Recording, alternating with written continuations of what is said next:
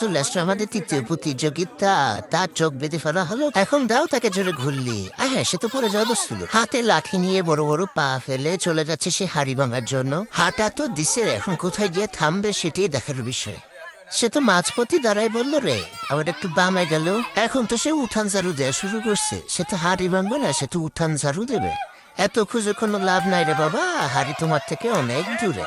এখন এটাই বাকি ছিল, মারও ফাঁকা জায়গায়। এত খুঁজে লাভ হইলো কি, সে ফাঁকা জায়গায় মারতে হলো। হবে না, আপনারে দিয়ে আর হবে না। আপনি এখন আগে এখন আপনার সান্ত্বনা পুরস্কারের কাছে লাঠি ফেলে দিন। আপনি পেলেন 1 কেজি আটা। এখন চলে যাচ্ছি আমরা আমাদের পরবর্তী প্রতিযোগিতার কাছে। চোখটা বেঁধে দাও তার এবং তাকে ঘুরাও, জোরে জোরে ঘুরাও, যাতে সে তার দিশা হারিয়ে ফেলে। এবার সে হাঁটা শুরু করলো, টিপ টিপ পা করে হেঁটে হেঁটে সামনের দিকে এগিয়ে যাচ্ছে। সে একটু বামের দিকে এগিয়ে গেল, আবার সে একটু ডানের দিকে এগিয়ে গেল। সে তো ডান বাম করছে। এবার সে একদম হাড়ির সামনে এসে পজিশন নিল।